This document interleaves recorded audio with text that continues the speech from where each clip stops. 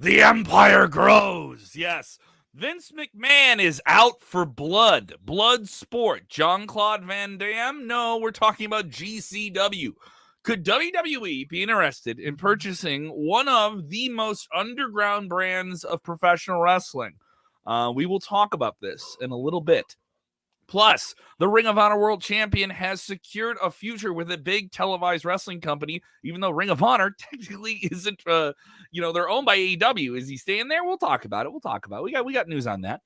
Big time backs could be going to Hollywood. That's right. Becky Lynch may have secured a huge role in a sports film that could definitely parlay out of her WWE career. And Satnam Singh, the reaction to this controversial debut on this week's AEW Dynamite that ended the show. What is going on with the former NBA star? Plus, your questions closing out this week's episode of Top Story. It's Freestyle Friday, baby. Share the link of your stay.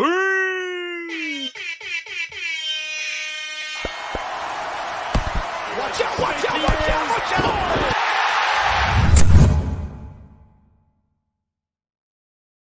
Watch out. Watch out. Watch out. Watch out. Watch out. Watch out. Watch out. What's up, everybody? It's Friday. People know how to say it. They know what's up. If you're not with us, you're watching for the first time, we always say watch out because of the clip we play with Michael Cole saying watch out, watch out. We do these shows Monday through Friday. So if you haven't seen an episode before, check out the other ones we have up. They're up on the channel. They're on our podcast channel. All that good stuff. I'm gonna burp any second right now. But if you're watching this whole episode, watch the whole episode because we do questions at the end, and it'll be really, really cool. That is Jose G at Jose_G_official. Did you just burp live on the air like it was nothing, and you just kept going? Yes, that's right, because I'm a professional. It's Freestyle Friday, guys. That's what we do on a Freestyle Friday. Holy shit. Happy Easter, happy Good Friday, everybody else there. Yes. Everyone, happy Easter. Have a great Easter with your family. But we got a lot of stuff to get into here today, Kevin. Yeah, and we have a lot of questions we're going to get to as well. So if you're watching, get your questions ready. We'll do those in the last segment of the show. I'm seeing some of the Watch Out gang here in the chat. Love seeing those familiar faces. If you're with us for the first time, stick around. Watch the whole show. This is definitely a good starter show for Sportskeeda Top Story, I think. This is like these are always a show where people are like, I get on screen. This is so cool. Yes, you're going to get on screen. If you want to guarantee you get on screen, you can do a super chat. If you just want to get your questions in there in the mix, we'll kind of pluck them from the pile. But let's jump right into the news. WWE has purchased a lot of tape library for the WWE Network, and they haven't purchased a new full tape library in quite some time. They shorted it all up. Of course, they got WCW, they own ECW, and they own a lot more of tape libraries like the World Class Championship Wrestling one and many others. Mid-Atlantic, they own these big territories. But the biggest territory to come up in independent wrestling the past years has been Game Changer Wrestling, with all of its subgenre shows under one banner, like Effie's Big Gay Brunch, which is focused on the LGBT plus community, and a show like Bloodsport, which is essentially a spinoff of the action movie Bloodsport, where you have wrestlers, Kumite, yes, where you have wrestlers kind of who have a legitimate fighting background, getting in there and doing kind of like worked MMA matches, basically. You and I saw this. This is a really, really fun show to check out. It was a different type of show. It's a very much a specific type of show. WWE's done a tried a version of this with Raw Underground. Yeah. I think that was more a product of the Thunderdome. We haven't seen them do that outside of the Thunderdome. It was very much something they wanted to try within the Thunderdome. And I understood why they tried it. It came and went, right? There were some exciting moments in it, but it is what it is. And it definitely seemed like people liked being there. And everyone who's been in Bloodsport seems to really like being there. It seems like a really like fun thing for people that have a little bit of that background in their portfolio of pro wrestling to go and do it. Now, WWE reportedly is interested in GCW's Bloodsport, or possibly GCW's tape library, which contains a lot of deathmatch stuff on it, which would not fall under the current WWE fold. But when you have a streaming service, what is that? You know, like when you have a streaming service, you can put a bunch of different things on. It doesn't mean you have to market the hell out of it. You just have to let people know it's there.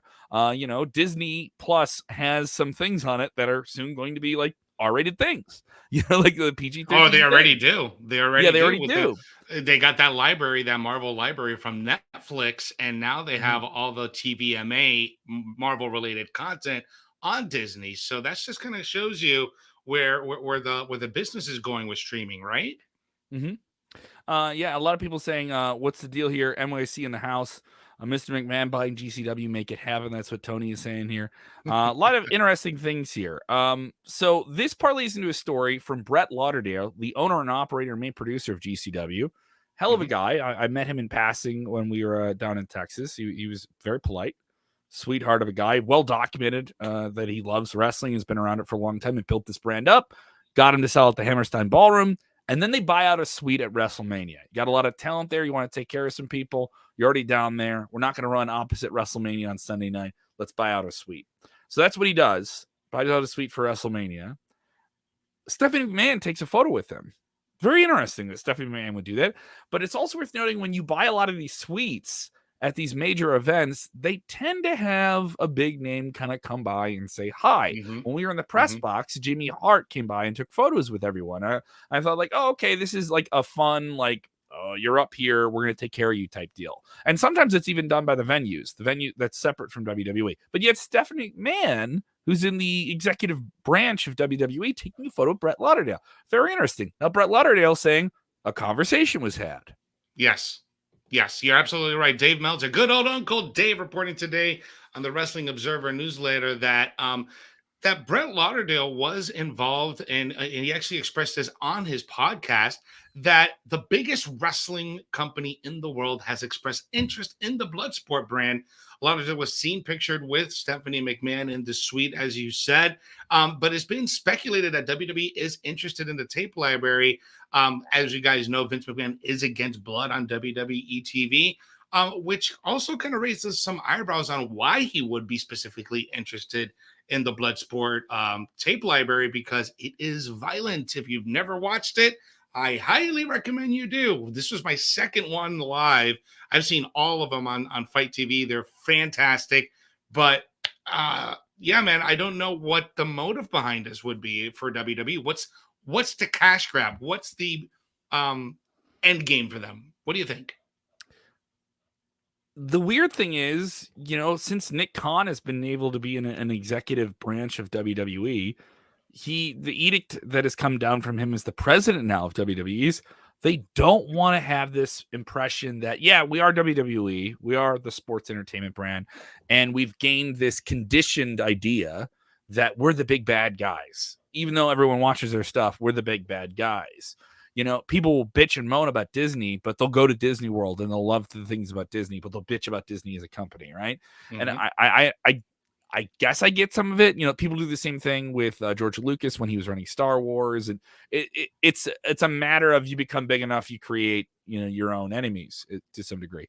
And WWE has plenty of enemies. There's plenty of people that don't want WWE to be the number one wrestling company in the world, but there's also the sense of you kind of have to settle into the ecosphere that you've created. And I think WWE they don't want that impression anymore, or at least they want to at least edge away at that. If this is something where, like they've done with ICW and Progress, where they basically have a fail-safe thing where they could purchase those companies if they wanted to. They have rights to their shows. They can put them on the WWE Network internationally, and they can put them on Peacock in the United States. I think maybe the deal with GCW would be the same thing. They saw what GCW was able to do on traditional pay-per-view. It was a pretty successful show by that standard, right? If they go to GCW and they say, listen, we want to purchase from you these 4 or 5 shows, or we would like some rights to some footage for documentary footage. They've done this with Impact, and it felt like a big deal at the time. But once you saw the product come out, it's like, oh, they're doing documentaries on different people. It makes complete sense why they would want some of that footage. We want some footage of a guy who's now in WWE that wrestled for you. Plenty of guys have done that. So Exactly. some of it makes up, but then you have other people saying, is it going to be like, are they going to buy it and turn it into a show on WWE Network? Don't rush to that conclusion. I think this is more, we would like some footage. And if we could go even further, why don't we do some events with you? Thinking about it now, like, especially in the last Bloodsport that we attended, like Jonah, formerly known as Bronson Reed, was there. John Moxley was there. There were several former WWE guys involved in Bloodsport. So part of me makes me think, if they, just like you said, if they end up doing some type of documentary special down the line for any of these given stars, they want to have that ready in the chamber to add that into the documentary. For example, is like, oh, he left WWE and he did all this in the independent scene, and you can show footage of that. So to me, when you explain it like that to me, that makes sense. It makes a lot more sense because people can complain about a pay-per-view or something like that, but there's a lot of fans who love the documentaries that WWE does. They do a very, very good job on them, even if they have a slant or a lean on them. Those are well done. Those are well done and pretty cool to be a part of. I got to be in one. It was fun. It was well shot. They didn't make me look stupid. Like I was told there's a chance you may be in this, and he signed this thing. All right, sign it. And when it came out, it looked cool. All right. Maybe I'm biased in that regard. But yeah, I get what they're doing and I know where they're going with it here. If you guys are watching, go ahead and hammer that like button. Go ahead and hammer that like button. I see where the likes are. I would like the viewership to lean past the triple digits if we could do that. There we go. Clap, clap, clap, clap, clap. Let's get into some more news here. We got some more interesting news here about names in WWE. This has been a sour topic with wrestling fans here. An edict has come down from the boss, Vincent Kenny McMahon, the chairman of the board, has reportedly, from the Wrestling Observer, stated that he does not want new talents, for the most part. Select few are going to keep their real names, but he doesn't want talents using their real names. That's what is prompted the recent change in Austin Theory to simply Theory. People thought maybe this was just to distance him from Stone Cold Steve Austin, but his real name is Austin White. So now his name is simply just Theory. Austin stuns Austin. Yes, exactly. And you also see this with an angle they've done recently. Raquel Rodriguez, formerly Raquel Gonzalez on NXT. Raul Mendoza, he's had his name change. Cruz del Toro. Yep. Bartel comes up with Imperium. Walter became Gunther. I know that was the one that aggravated people the most. So there's some that make people very angry. Pete Dunne became Butch, all these different things. Also, it's worth noting in this report, he doesn't want people going by their independent wrestler names, which I think is probably the one that's going to aggravate people the most. Yeah, I think this is interesting because from the fans' perspective, I totally understand where you're coming from. You're accustomed to hearing this or that person being addressed in this or that way for such a long time. But now they're part of the biggest wrestling company in the entire world, and now their name has changed. Well, this is just simply for branding purposes, for WWE to have the rights to that character's name, to be able to cash in on the likeliness and branding of that character. This is nothing new under the sun for a WWE, right? So they've been doing this for years, but now since we have access to this information, it's just a little bit more out there. So I'm particularly not like jaw dropped about this, about the name changes, because it's WWE. It's what they do.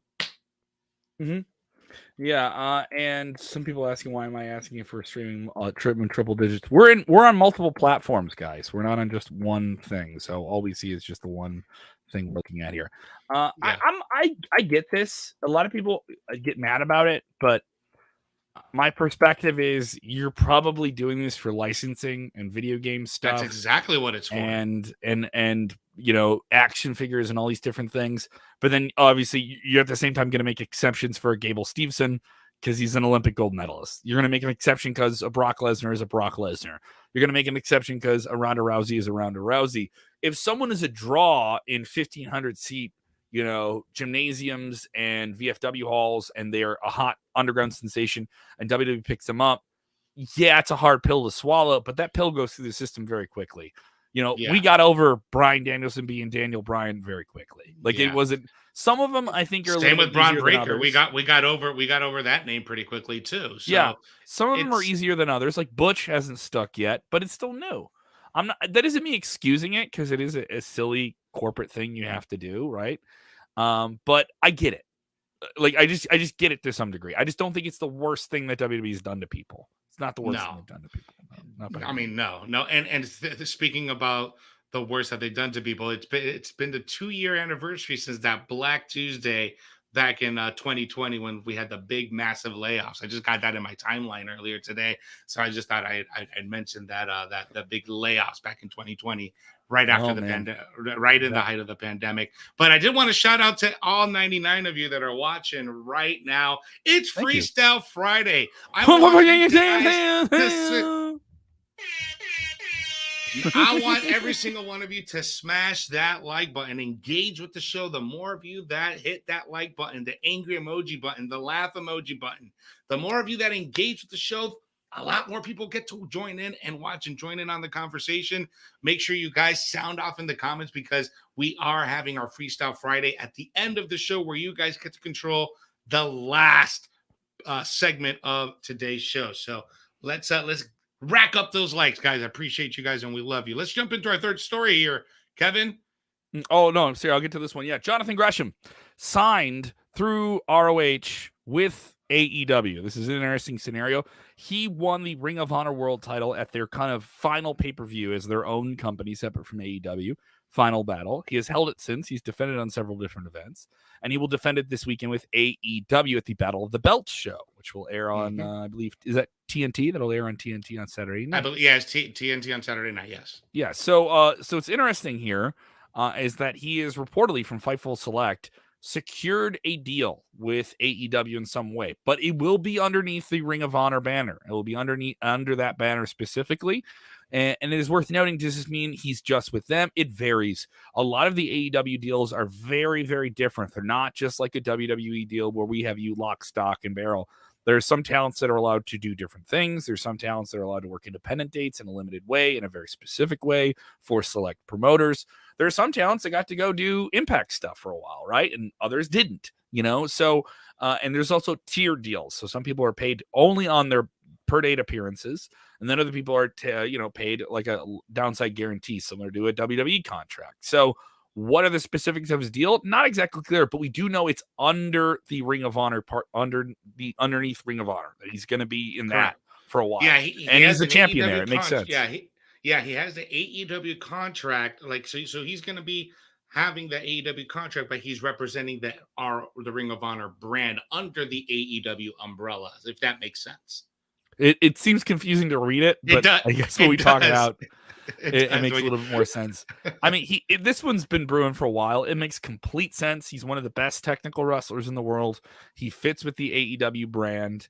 I do think he's a guy that could benefit from some of the more experienced minds that you have in All Elite Wrestling in terms of wrestlers and agents and producers. He's certainly a very talented guy in his own right. He is a guy that everyone talks about. There are some matches that come to mind as possibilities with him in AEW. Him and Bryan Danielson would be a barn burner. Him and Kenny Omega would be amazing. Throw him in there with CM Punk. This is a guy who you want to start seeing him paired up with those names that are huge that he just simply couldn't work with before. And now that's a distinct possibility. Now he'll have that access to it, and it could lead to many more dream matches down the line, especially since he's a very highly talked about wrestler these days in Ring of Honor. So yeah, man, I think this is great. This is awesome. Good for him, and even better for us. Steven Elimination Chamber is always with us. He texts in Gresham, great signing for Khan. Be cool to see Gresham versus Page with both titles in the line. Yeah, that would be sweet. I wouldn't mind doing, title versus title situation. Frantic World saying, Jonathan Gresham, yes, all elite. I can't wait to see the new Ring of Honor, so he'd be down for it as well. So certainly an interesting story here. Let's jump into this Becky Lynch story. This one is interesting. Becky Lynch is talking about a big movie role she's been offered. It's worth noting she's done some stuff. She's done some filming. She's done some different things. She did appear in one of the Marine films through WWE. Is that real Hollywood? Some people say it isn't because it's under the WWE banner, but it is. And she also appeared in an episode of Billions, which is that's premium cable. That's like high tier acting. So she got to do that. That's a big role to be in. She is putting this out here on social media about being possibly in a boxing movie. Give me the deets. Yeah, man. Fightful Select is reporting that Becky Lynch definitely is having some Hollywood aspirations. She went on and Fishman on TV Insider and said, quote, I am the thing people want to reach for, want to achieve. They want to have a match with big time Becks. I just want to stay there. I want to enjoy my 360 views where there ain't nobody touching me. There's a script that landed on my desk about a female boxer that I've been trying to track down the writers for. A female boxer from Ireland who came over and made her name as champion over here. I relate to that story as the main event, end quote. So the story definitely resonates with her because of her own journey into the sports entertainment world and making it to the very pinnacle of that industry. And now having that story told on the big screen in the form of a boxer. I think this could be really good for Becky. I think if it's done, she's done a tremendous job with her acting and her heel persona on WWE TV. I think she could do tremendous at this if she gets that role. Yeah. And it's going to be a whole different level of training. It's a whole different level of preparation. There are so many cases now that we can point out of people making the jump from wrestling into other forms of entertainment and being successful at it. You know, Batista, Jericho did it. He's still involved in wrestling. Jericho did it very well. You know, Punk Stone Cold had a little stint. He had a little stint. Stone Cold had a good job hosting TV shows, all these different things. So it's not a shocking idea. Plus, the story she laid out is kind of, even just on the soft pitch she's laying out there, yeah, that sounds like a cool idea. You know, like also wrestling has that ability to tell the Shakespearean sports story, the come up from the underground. It's not is it formulaic? Yes, but if you find the right characters and the right people and the right players and the right script, even if it's been done before, it can be done. That's why Rocky's awesome. Like, to me, Rocky is incredible. Like, there's a couple bad Rocky movies, but they're still better than most movies in my eyes because you just love the characters so goddamn much. And the players and the story are so good. It's not about how hard you get hit. It's about how hard you can get hit and keep that's a win done. And keep getting up. I saw you in my head. Rocky, you bum. You bum. Look at you. Look at you. I could quote it all day. We're gonna be off track here.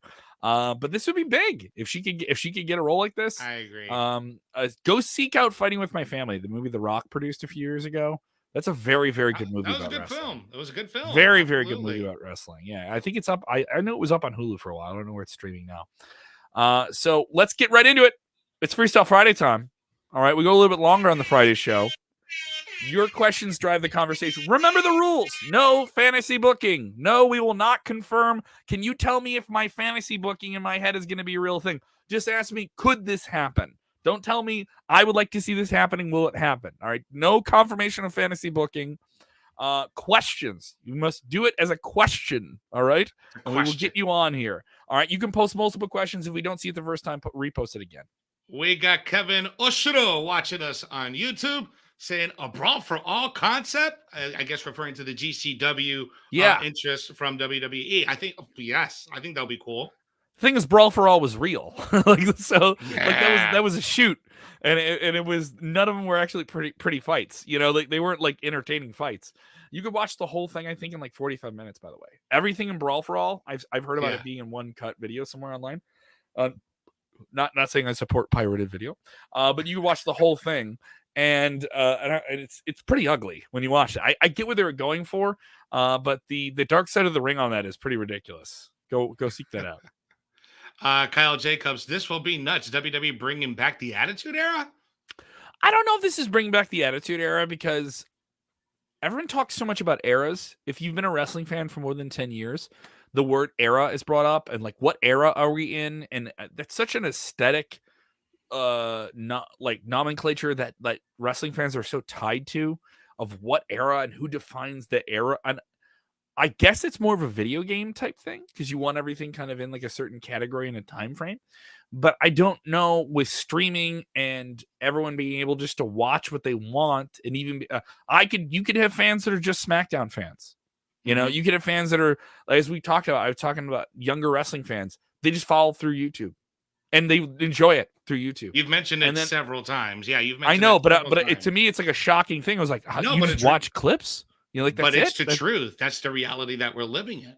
Yeah, and that's interesting. And you have some people that only watch the pay-per-view. So it's like, as the more that breaks down, I think the less in play now that matters. You know, I don't think Attitude Era is ever coming back. It doesn't have to. You can just watch it. There's a lot of things in the Attitude Era that doesn't age well either. You know, there are things. There are a lot of things in the Attitude Era. Just on the Ho Train alone, that doesn't. Oh, the Ho Train.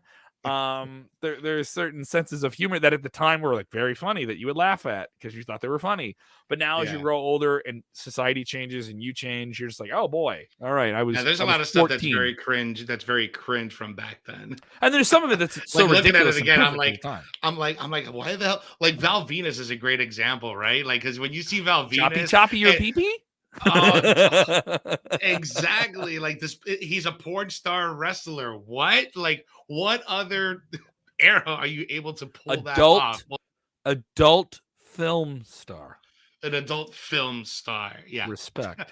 Tony Kaname Kuran watching us on. I don't know if you can get that, so that's why I said it ahead of you. Say it 4 times fast. Tony Kaname Kuran, Tony Kaname Kuran, Tony Kaname Kuran, Tony Kaname Kuran. Boom! What up on YouTube? Watching us right now is asking who has the most pyro in WWE right now, Roman Reigns or Cody Rhodes? I don't know, man. You can make a case on this past Monday that Cody Rhodes had hella pyro. Hella pyro. I don't think Roman Reigns will like that. I don't think Roman Reigns likes him to come out there getting a bigger bang for their buck than him. We have Kyle Jacobs watching us on YouTube. Thank you again for all your comments. Continue showing us the support, guys. Smash that like button here on Freestyle Fridays. Asking, so with Roman Reigns having 2 belts with this company, will they add in more belts? I don't think so. I don't think so. And you don't need more belts. You already got enough. Wrong. They don't. They already have enough titles, you know. Really do. And I do think you could do some things in the top of the card that don't have to have a championship. You could do a personal issue and build something. And this is the time in which you build a new story. And so I don't think you need one. And I guess going with Roman made sense. Roman's still very, very over, very, very popular. The match with The Rock is down the line. Do you keep both belts on him until then? I don't think so. But, you know, at some point, it's going to cool off. At the time, it's still running hot. You know, Roman's still Roman. Roman's still getting those reactions. So I can completely see it. I don't see them needing to add another title to sustain both shows. As long as Roman's appearing on both shows, and he will, you know, then I think you can keep it going. Does that mean he has challengers on both shows? That'll be interesting.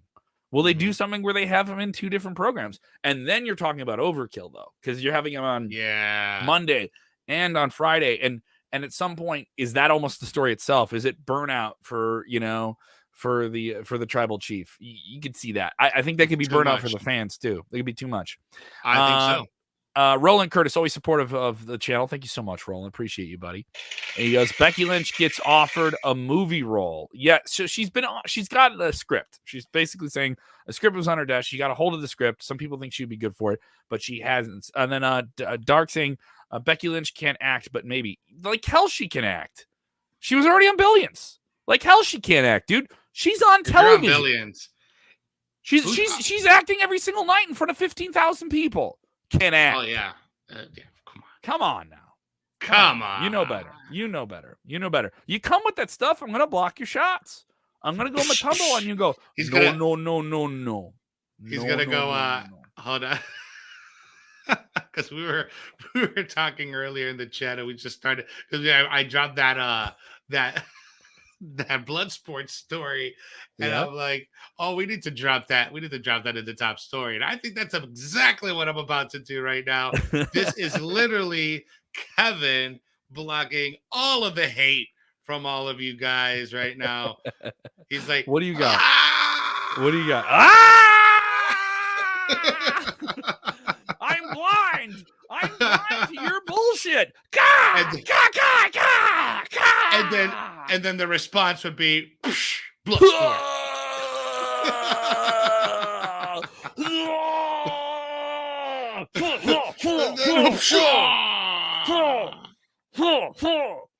Tony Khan's gonna buy WWE. Get the hell out of here. That's what Kevin been doing to all these haters and all the trolls here. Oh, rolling on the trolls here. Are you having fun? If you're having fun, hit the like button. There you go. I can see you guys. Let's get a few more here before we end today's show. We got Supersonics watching us on YouTube. Thank you for the love, broski. We love you. Asking, will Asuka and Bayley will return in the spring, or will they return during the summer? What do you think, Jose? What do you think? Oh, man, you know, it's interesting, you know, because we know about both of them. They're both good to go. They're clear. They're ready, right? They're ready to come back. but when is a good moment to insert them, right? Because like Alexa Bliss is being listed as what, the number 2 or number 1 baby face on Monday Night Raw, yet she's gone on her wedding. So right now is actually a really good opportunity to inject Asuka on Raw and inject Bayley on SmackDown. I think they could use it. Again, I'm not buying the story with Ronda Rousey and Charlotte that we're going to get again at WrestleMania Backlash. So I think that's a missed opportunity for Asuka to come back or Bayley to come back. But man, I'm really wanting them to be back as sooner rather than later. I think SummerSlam is too late. We don't know the exact time frames of the injuries, but we know they're close, especially with with Bayley. We know close. Asuka, we know that she's been healthy for a while, but I also get it to a degree. It's such a big show. You don't need to burn out these things every week. You have 52 weeks of TV. Just the person coming back is a special thing. So when do we do that? And when do we build up to? You always have to kind of stack it up like a house of cards and hope it doesn't fall apart at the wrong time. You want it to fall apart at the perfect time when you have the pay-per-view, so you can build a whole new house of cards, right? So I get that to a degree here. Here's one from Steven Elimination Chambers. Guys, thoughts on Suzuki versus Samoa Joe? They beat the holy snot out of each other. Yeah, if you love seeing Minoru Suzuki on TV hitting people really hard and playing off his personality, he certainly adapted. He used to take a lot more bumps. You notice this? It's a lot more striking, which is still hurts. He's leaving his feet a lot more. He's doing a lot more drop kicks, which is pretty unusual for Minoru Suzuki. But he's not taking back bumps. This is a 50-plus-year-old guy. He's taking a lot of damage. He was in MMA as well, on top of pro wrestling, and has really adapted his style. And I was surprised that it was a really violent match, but the damage they took was still very calculated. This is a Samoa Joe people wanted to see in WWE. You got to see him in AEW. It makes complete sense. I don't know why WWE just couldn't keep capitalizing on him. They put the NXT title on him, and then there was some injury issue or something there, and then they flipped the brand.